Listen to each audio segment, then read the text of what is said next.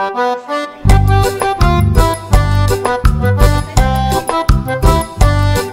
To my channel. माझ्या चॅनलमध्ये तुमचं सगळ्यांचं स्वागत आहे.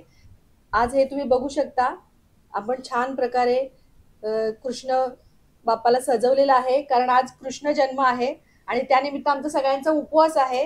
आणि ही छान असं चिवलीने सजवलेलं आहे बाप्पाला. आणि आता आम्ही पूजा करणार आहोत आणि आमच्या व्हिडिओच्या द्वारे तुम्हाला हे आम्ही पूजा दाखवण्याचा प्रयत्न करणार आहोत, तर तुम्ही बघण्याचा प्रयत्न करा. कृष्ण जन्माच्या निमित्त आमचा सगळ्यांचा उपवास आहे आणि आज आपण 12 वाजेपर्यंत कृष्ण जन्म साजरा करणार आहोत आणि त्याच्यानंतर सगळे उपवास सोडणार आहोत. ही या दिवशीची महत्त्वाची गोष्ट आहे की सर्वजण उपवास करतात आणि नंतर आरती झाल्यानंतर 12 नंतर आपण जेवणार आहोत सगळे. आता आपण सगळे गावातल्या मैदानात आलेलो आहोत, तिथे जिथे दहीहंडी लावली जाते आणि आता सुरुवातीला गेम्स वगैरे होतील, त्यानंतर दहीहंडी फोडण्यात येईल.